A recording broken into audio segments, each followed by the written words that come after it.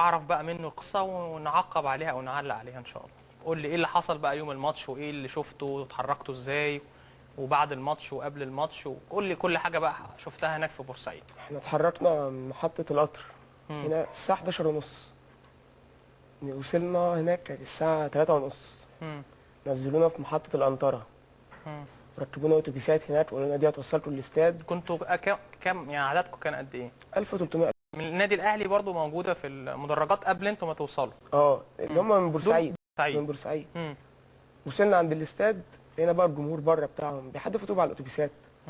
يتكلموا ويقولوا ان انتوا مش هتخرجوا النهارده، هتموتوا والكلام ده.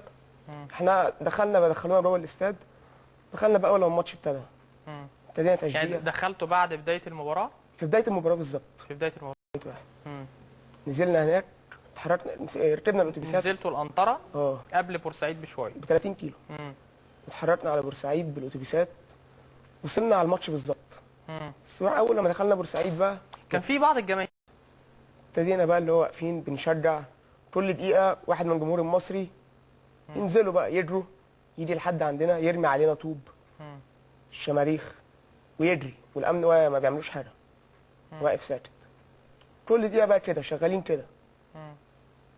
بس جينا بين الشوطين الجمهور المصري بقى بينزل بقى كله. ينزل يجوا عندنا ويحدفونا بالطوب، ومن بره الاستاد يحدفونا. وما فيش برضو اي حاجه بيعملوها الامن اللي قاعد في الملعب. فضلت الحكايه كده لحد اخر الشوط الثاني. الحكم بقى قبل ما يصفر، الجمهور كان في الملعب اصلا بعد الجون الثالث. واقف ورا الاعلانات مستني الحكم يصفر.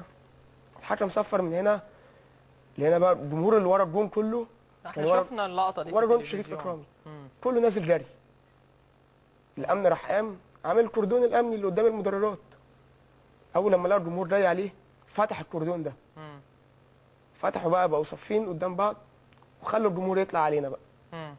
قول لي انت بقى كنت معاك صحابك، عملتوا ايه، فكرتوا ازاي في الوقت ده؟ يعني ايه اللي حصل لك؟ طلعت ازاي من الاستاد والحمد لله رجعت سليم لينا والكابتن حمدي يعني اكيد فتره صعبه، احكي لنا ايه اللي حصل بالظبط. احنا اول ما طالعين علينا يعني احنا اتخضينا من المنظر.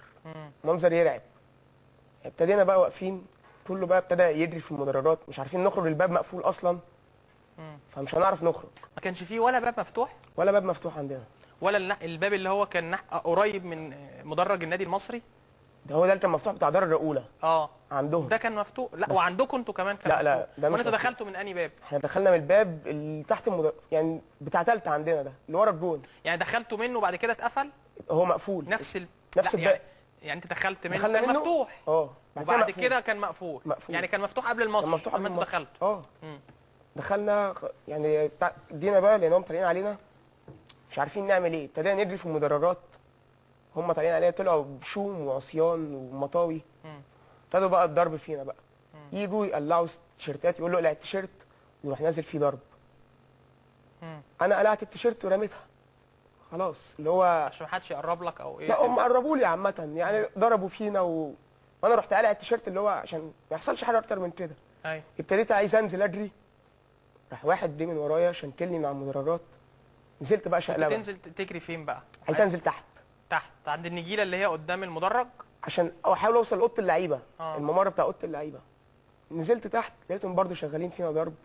وقعت على الارض، نزلوا فيها ضرب بالعصيان لحد ما عرفت اطلع من الجنينه بتاعت المدرجات. كل ده الامن ما كانش بيتدخل خالص؟ الامن بيتفرج وبيصور. لحد بقى ما عرفت انزل لتحت. خرجت من باب المدرجات اللي هو بيودي على التراك بتاع الملعب. كنت لوحدك ولا معاك حد من صحابك؟ كان كل واحد بيفكر في نفسه بقى ساعتها؟ كل واحد يعني ما شفناش بعض. هو النور مطفي، مش شايفين بعض اصلا. النور طفى امتى يا عمرو بالظبط؟ بعد 5 دقايق اول ما الماتش خلص. يعني سابوا 5 دقايق كده والنور طفى. والنور طفى بعد كده. يعني انت متاكد من 5 دقايق بالظبط؟ 5 دقايق بالظبط. نزلت تحت. طبعا انا لابس جاكيت اسود وقلعت التيشيرت بتاعت الاهلي. ايوه. رميتها. رحت مشيت على مهلي، طلعت من الباب بتاع درجه اولى بتاعهم ده.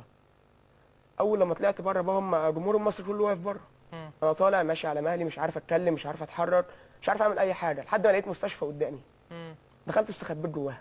ان هم الامن اللي هناك بتاع المستشفى فضلوا واقفين معايا وخبوني جوه. بس لحد بقى ما كلمت بابا وقلت له لا كويس طيب اكيد شفت زملاتك وحد مثلا بيتعدى عليهم، بيضرب حد، بيعور حد. كتير. شفت ايه؟ واحكي لي برضه عشان برضه الناس تبقى عارفه يعني ايه اللي حصل. انت كنت راجل موجود في المدرج، والناس اللي دخلت عليكوا انت عارف الوجوه، يعني هل دول جماهير المصري؟ ما جمهور هل المصري. ماشي فيهم هم جمهور المصري كلهم؟ في ناس بلطجيه في الوسط زي ما قالوا. انا مش عايز عارف أعرف. احكم ده بلطجي ولا لا. مم. هو واحد من هم كلهم جمهور المصري. انا مش هقعد اساله انت بلطجي ولا مش بلطجي. لا، هو واحد جاي يشجع المصري يبقى من جمهور المصري. اصل كان جمهور المصري برضو المدرج اللي هو اللي في وش المقصوره محدش نزل منه، اللي نزل كله من من ورا المدرج الجول. الغربي يا كابتن حمدي، اللي هم ورا الجول، وانت شفت واحنا شفنا اللقطات دي في التلفزيون. اشمعنى اللي ورا الجول هم اللي نزلوا، وبقيه جماهير المصري اللي هم كانوا تحت التنده دي اللي هي مش عارف بيسموا المدرج ده اللي هو في وش المقصوره محدش نزل؟ كل الناس اللي نزلت كانت من ورا مرمى شريف اكرامي. دول هم طول الماتش عمالين يقولوا العلقه بره ويشتموا. يعني دول اللي هم ايه، من قبل الماتش بيجهزوا كده. طيب قول لي شفت ايه؟ يعني انت قدرت تهرب وقدرت تحمي نفسك وقلعت التيشيرت، زملاتك بقى الناس اللي ماتت والناس اللي اتعورت كان بيحصل معاهم ايه؟ بيتضربوا الشومة على دماغ واحد، كريم خزام اللي هو توفى، خد شومة على راسه، وقع في ساعتها على طول. في ناس المطاوي بتتضرب. في ناس بيشيلوها من فوق المدرج، من اخر المدرج فوق بتترمي بقى على تحت.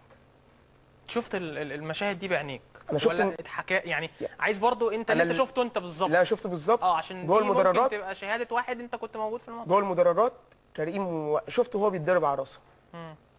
بس بعد كده ما شفتوش تاني غير في المستشفى وهو ميت. لما رحت بقى المستشفى شفته لما جابوا الجثث كلها من الملعب اللي ماتت، شفته وهو ميت. كابتن حمدي، يعني كلامك مع عمرو قبل الماتشات، انت يعني عمرو انا شايف ان هو راجل التراس على طول موجود في الماتشات، وهو قال لي اللي هو دايما موجود في الماتشات. كلامك معاه ايه؟ فكرت ازاي ساعتها لما شفت المشاهد دي في التلفزيون؟ هو طبعا اول شيء الباقي في حياتنا جميعا المصريين كلهم طبعا للشهداء اللي ماتوا وربنا اختارهم في اليوم دوت. عمرو دايما